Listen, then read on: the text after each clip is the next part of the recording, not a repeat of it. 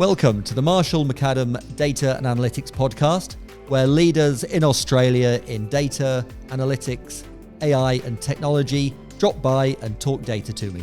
I'm your host, Tim Hutchinson, and I am delighted today to be joined by Kshira Saagar, the Chief Data Officer of Latitude Financial and formerly Chief Data Officer of The Iconic.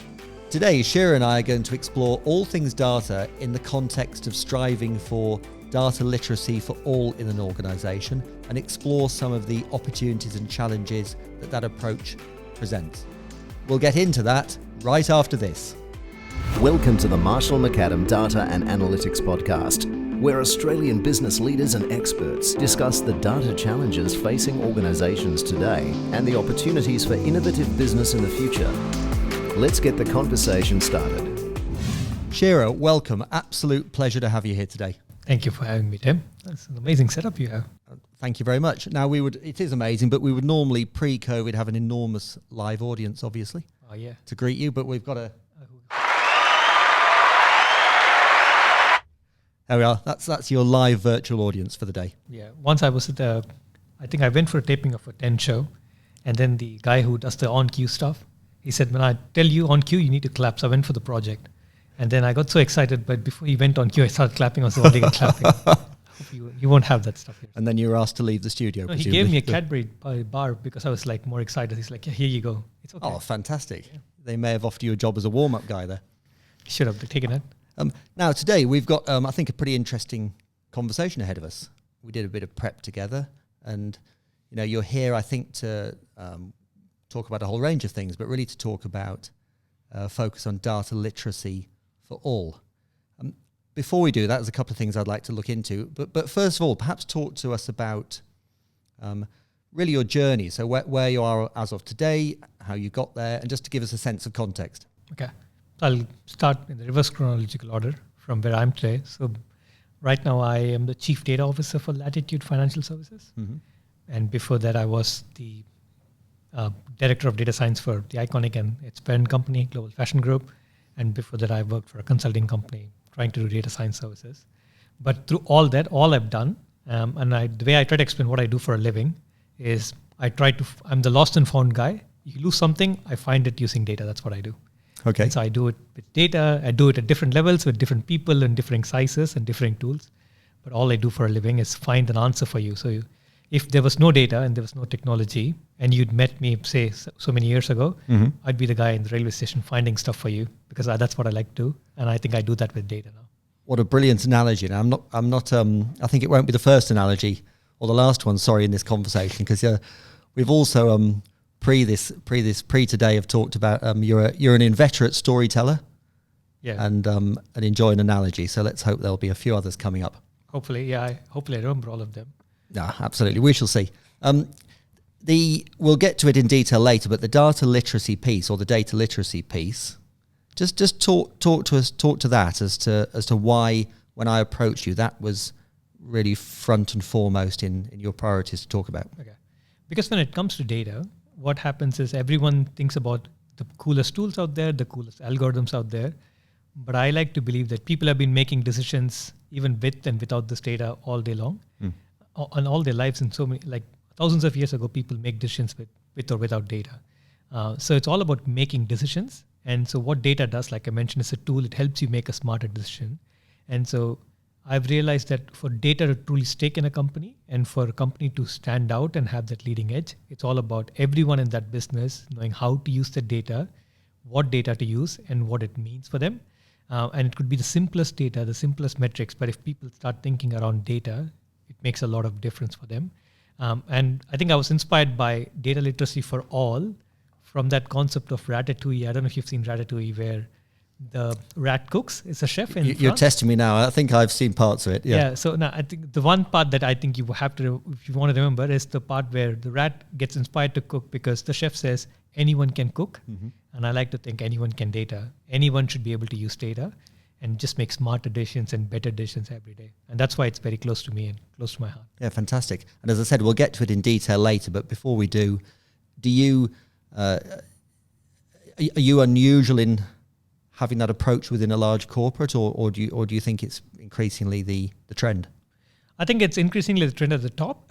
When you talk to the board, everyone wants you to be data-driven. The senior leadership wants you to be data-driven, but that's where it stops. When you want to be data-driven, what does it mean?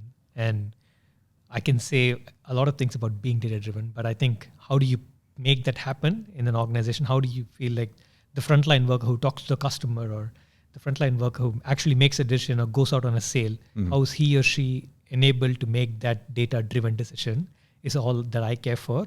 And that's why I really want everyone to feel that benefit of being data-driven and rather than just it being on a paper or a board document somewhere. Fantastic. So that mission is what we'll get to in a little bit. I've made myself some notes here and we go into a slightly worrying session for you called Let's Get Personal. Yeah. It starts off, we did a bit of prep and you talked about being an absolute maths, I wouldn't say nerd, that's insulting. What's the word? A math fan.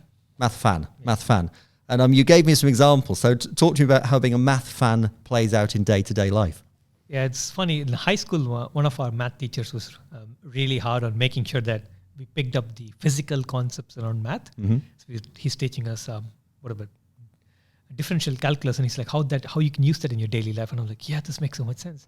Otherwise, it's just a boring piece of concept on a paper. Yeah, right. So I'll give you a good example. So let's forget everything else. One concept that is amazing, good example, good story, is how Britain won the Battle of Britain during the Great Blitz in 1940. Fantastic. Yeah, perfect. So the story goes like this. So the Luftwaffe is bombing London left, right, and center in 1940. People are worried that the SS has information on where the ammunition and arms and the key people are. They need to prove that they don't have that information. There's only two ways to prove that. One way is you could call up the Nazi high command and ask them if they have the information about us, or the other one is to use data and math. So what do? The military wing calls the statisticians in and says, can you prove that they don't know about our information and our position? So all they do is they plot all the bombs that have fallen in London 1940 on a map, on a 4x4 or 2x2 quadrant. They break it into quadrants. They plot a curve and it's a perfect Poisson distribution. They say, yep, it's all completely random. They don't know where we are. It's just dropping randomly from far above. So they don't know the location. And that's how they proved. They use data and math in real life to save real lives and to prove that we can actually use that to do things beyond just ask a 5-mark question on what is a Poisson distribution. And when you learn a Poisson distribution like that, and then you apply that to your real life. So when you drive down a car, when you drive down on a road, for example, you're on a car, there's somebody on the parallel lane. There's always this one dude who's trying to cut you off, go fast. And then after 5 minutes, you see you and him are the same spot in the signal. Yes. That's because if I look nervous, I'm worried that I'm that dude sometimes, but yeah. But you're like, oh, that's justice. That's not justice. That's justice. But that's also a Poisson distribution. Yeah, right. Because the Poisson distribution says that Poisson arrival C time averages. That's a concept. Basically, what it says is if you're in two queues, both of them are Poisson processes, you'll end up at the same spot at the same time. So the lesson from that in my life that I always follow is I never jump a queue when I'm waiting in queues and there's a parallel queue. It might seem like the other queue's faster, but if you do the math, it's not. It's the same queue. So you just have to stick around in your line. Wow, that story, that's not what I was expecting to hear. You talked as well here about buying a burger. Yeah. So when you wait for a burger, so when you're waiting for your burger in your favorite burger shop, and there are two queues going in, one's from this end of the door and the other's from the other end of the door, you always feel like the other end's moving faster. No, it's the same queue. It's the same thing with driving down. Just wait in your burger queue. That's the message I tell my people. And so that's something we used to test people on when we interview them. We tell them you're standing in a burger queue. Which burger queue do you pick? If he or she says, we'll jump a queue, you're like, no, that's not. Wow, a bit of insight if anyone's ever in front of you interviewing then. Now, we also did a bit of prep and a couple of numbers came up. You're a data guy, so of course a couple of numbers came up. What do they mean to you? What does 19 mean to you? So 19 is my favorite prime number. And so I try to, if there's anything I can do between 15 and 25, I'd pick 19. You can call it superstition, but it's a little bit of a stition, like Michael Scott would say. Yep. And so I just try to work around that. So for example, I read 19 books every year. So I try to do that every year. I try to do 19 laps in the pool every day, not 21, not 20, not 18. It's just something that I like to do. And it's something to do with the number being prime and me just liking that number. Brilliant. Talking about authentic, you are living and breathing data. And the other number you gave me, which is, I do know the answer to this, but 27. Yeah, 27 is something I thought I'd never do in my life, which is lose 27 kilos. I think everyone during COVID was going, oh, I'm going to put on more weight. And I was at a point where I couldn't put on more weight.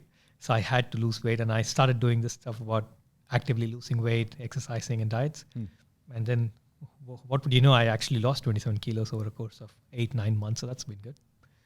I couldn't do 19. I could have stuck. I was going to ask you. I was trying to work out whether 27 is a prime number, but of course it isn't. Yeah, So. no, it's not bad enough. Yeah. So it's Fair play. And what was the secret to losing that 27 kilos? just making sure you exercise every day and making sure I stop putting junk into my mouth. I was going to say, presumably joining neither Burger Q was the answer, was it? There's no Burger Q to stand at. There was no queue. So Good. Well, I've learned something there because I'm only being slightly facetious here. I thought a Poisson distribution was to do with queuing at the fish market. So I've learned something there. And then finally, you've done a fair share of community work and interestingly supporting quite a lot of the university courses and STEM studies. Yep, that's right. So I work with UTS and UNSW with their courses on data analytics and data science.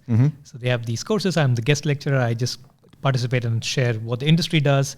And I try to focus more on all this is great that you're learning, but this is what we do. And there are the good and bad sides to it, so people know when they graduate, this is what they can expect. Yeah, right. Do you tend to, what's the question? Do you have a positive view on the learning versus reality, or is there a disconnect potentially? There's definitely a disconnect, and I try to show them the seedier side of things, so they know what to expect. And then there's also the fancier side of things. So you need to solve that, and then you can do the. Because everyone comes out and they're like, I'm going to work for a Google or a Facebook and solve these problems. And yes, you could, but not everyone can do that. And so you need to be prepared for a reality where, and as somebody who hires for data, a lot of data work is all about just getting the data, cleaning it up, putting it in a report, showing it to people. And it's not bad work. It's just somebody has got to do it. And that reality needs to hit home when you try to do these courses. So that's what I try to do. So moving on to the data literacy piece. Okay. You've already explained that you're a bit of a storyteller. And of course, the role of data is essentially, or the opportunity with data is to tell stories. So let's go back to this theme of data literacy for all. Try to help me and listeners understand what actually defines a data-driven organization, when compared to a competitor, for example. Okay. So I'd say there are 3 elements to it. And probably you know where I'm going with that. So to be data driven, people need to have the right awareness around what can they do with that data. Okay. Which is, I've worked for digital native companies. I've worked for the Iconic, and I used to work for them, and we collect all kinds of data about people and what they do. But every time I go in front of somebody who's not connected to the tech world and talk to them about what data we collect, they're like, I didn't know you could collect that data. I'm like, yeah, we do. And so it's more a matter of awareness. We can even track that. We can even collect that. We can even use that. That awareness is missing. And so that it starts all the way from there to then starting to ask the right questions, starting to inquire what can we do with it, insights, yada, yada, and all that stuff. So that's the awareness piece. Okay. Once you have the awareness piece, then what you need is the education piece. Okay. The education piece is, I know what's there, but how do I ask the right questions with this data? Otherwise, so the best example is when I joined the Iconic, and this is a story about when I joined the Iconic, I sit down with the head of menswear, and him and a couple of other people come into the room and say, these are the 15, 20 things about our customers we need to know. Take 6 months or 8 months or however long you need, and come back with an answer. And then my teammate and I, we sit there, we code at everything, and we show him in 15 minutes, here are the answers to your 15 questions. Brilliant. And then he's like, I don't have any more. No, you have to ask us tough questions now. Ask us difficult questions. I don't know what questions to ask. So it's a process of educating them on what can That's they a hell of a first morning in your job, yeah. Hopefully, And so it's basically trying to get them to ask that tough questions and educate them on what they can do with that data. So that's the second piece. But then once you've shown them a taste for what is out there, which is the awareness, once you've shown them a taste for what they can do with it, then they're going to be clamoring at your door saying, give me access. And that's the tools part. So making sure you give them the tools. So I know I'm interrupting because we've got an E and an A so far. Yep. People can try to guess where this is heading. But just go back to that piece. When an executive at an established organization and a progressive organization is struggling to answer a question that you can then subsequently answer in 15 minutes, and from what you're suggesting is then struggling to come up with the really tough questions. Is that a surprise to you? I mean, how do you regard that? it's not a surprise, but it's a self-realization for them, because more often than not, when people think something is limited, it's so easy for people to say the data at this organization is limited, or we don't collect. People think that it's about collecting data. It's not about collecting data. People get so excited about collecting more and more data. It's about what do you do with that data? Yes. Right? And so people think because they don't get an answer to the question, it's because we don't have the data. And I try to dispel that myth and say, you have a question, I have an answer. Now ask me a tough question. You have that question, I have an answer. So then people start realizing it's not about the data that's out there. It's about the questions that they ask of them. Yeah, right. Well, hold that thought, because we're going to finish, I think, an acronym you're working on.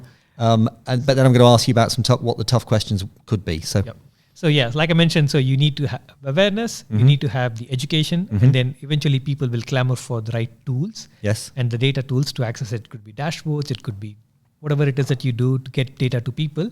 Then people will clamor for it. So if you then work out that backwards, that works out to TEA. Yes. T, and so I call it the data T. So you bring people up and sit down with a cup of tea and then actually talk about what you can do with your data.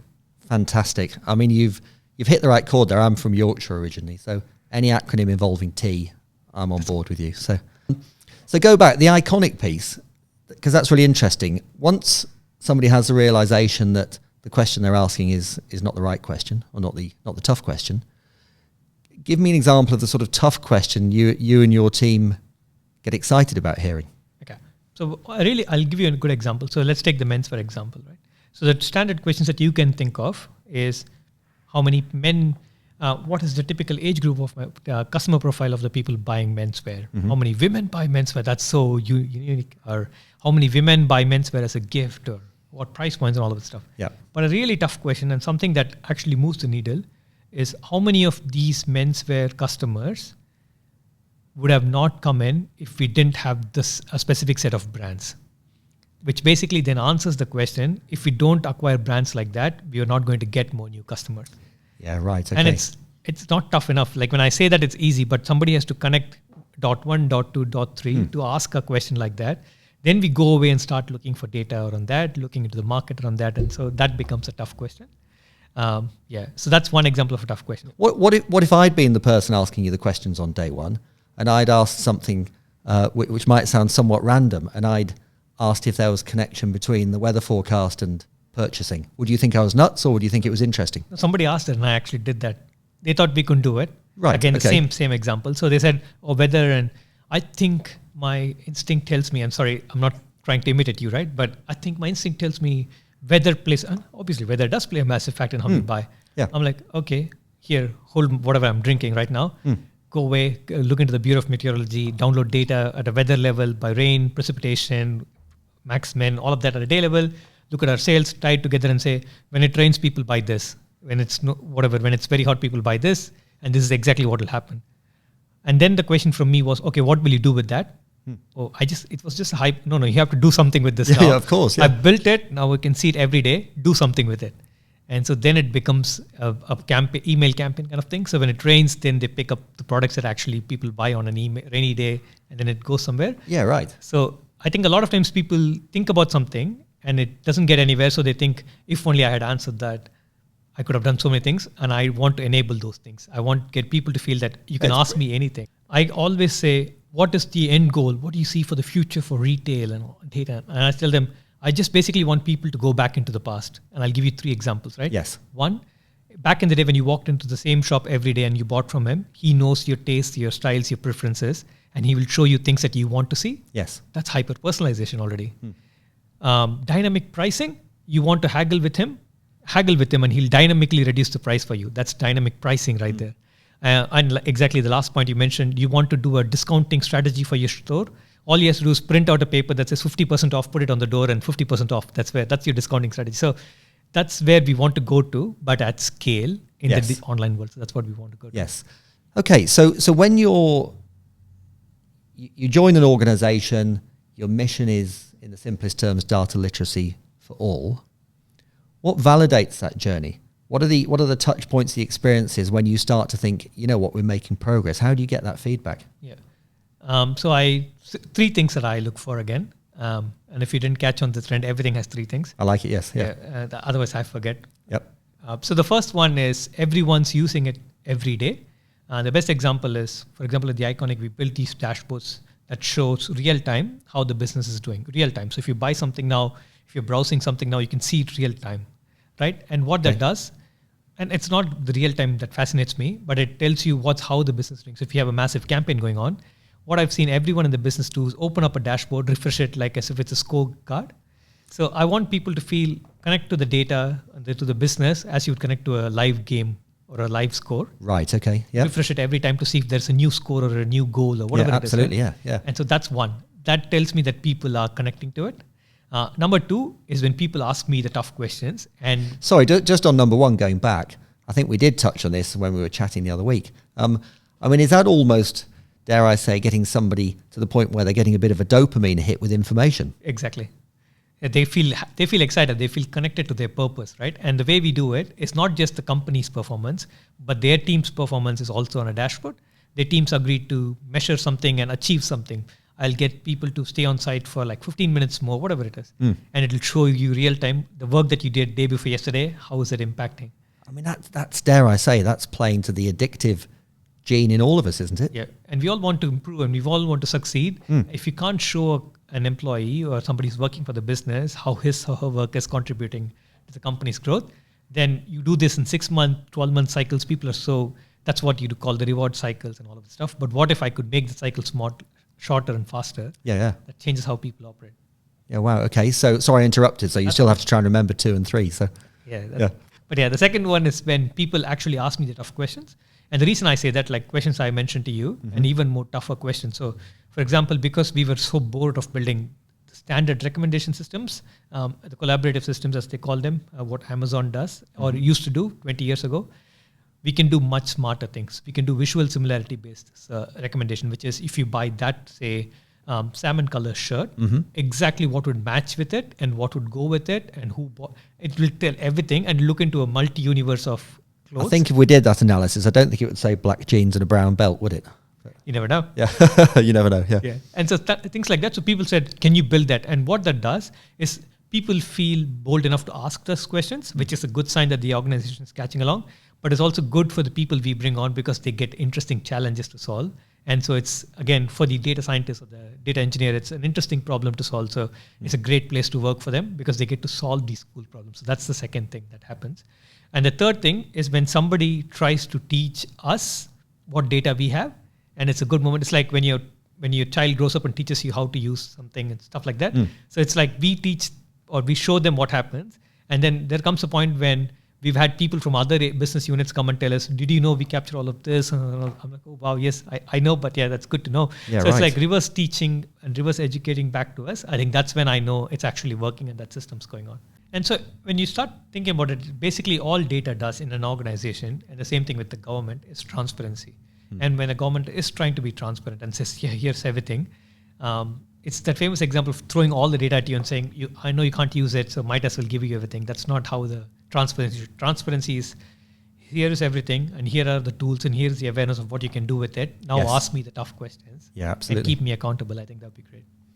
So you just touched on a point I wanted to look at, which is this idea of, it can't all be upside. It can't all be positive. I'm an optimist, but it can't all be positive. No. What are the risks attached to just opening the floodgates and, releasing the data? Yeah, so definitely the biggest challenge is incorrectly assuming stuff or misinformation. And which is you make everything available and you don't put the guardrails against how to use them. People are going to use them and story tell something that works for them, right? So they come up with a hypothesis, they think this is what I want to do, then just go hunting for the data because there's so much data available, then they'll make up a story that works. Oh, they just reverse engineer. Reverse engineer the number, right? So all you're looking for is 19% benefit there. So they'll start looking for the 19 in like 20 data sets and they'll find it in one of the data sets, right? So that's the biggest challenge. So how do we address something like that? One is have right policies around how data is being used and how it should be used. And the second one is when you make decisions, there is an auditability around how that decision was made. So if you give people the right tools and when they make a decision and it's recorded somewhere and they make a call out, they decide a strategy has to be done, it needs to be reproducible and reversed. It can't be like one of those scientific papers where there's a hard copy and nobody can do it. So a lot of work that we do, at least in organizations where commercials are involved, is we get people to produce work that's reproducible, so somebody else can rerun it and come up with the same answer, the same number. Yeah, right. Okay. Do you envisage that? We've seen areas. If you take something like this comes up regularly. If you take an area like ethics in AI, number of clients and sort of experts have said to us that at this stage, organizations can get away with saying they're making ethical considerations whilst applying AI.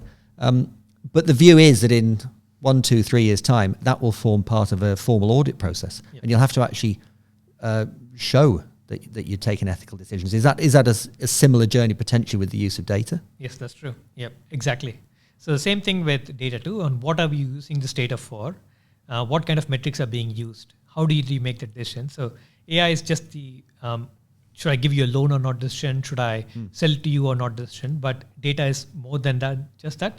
So that's where hopefully we should get to. Look, it's been fascinating. You described sort of various aspects of this, data literacy for all. What advice would you give to other leaders who have either not thought of it in that context or have, but are perhaps struggling with execution? What would be your advice?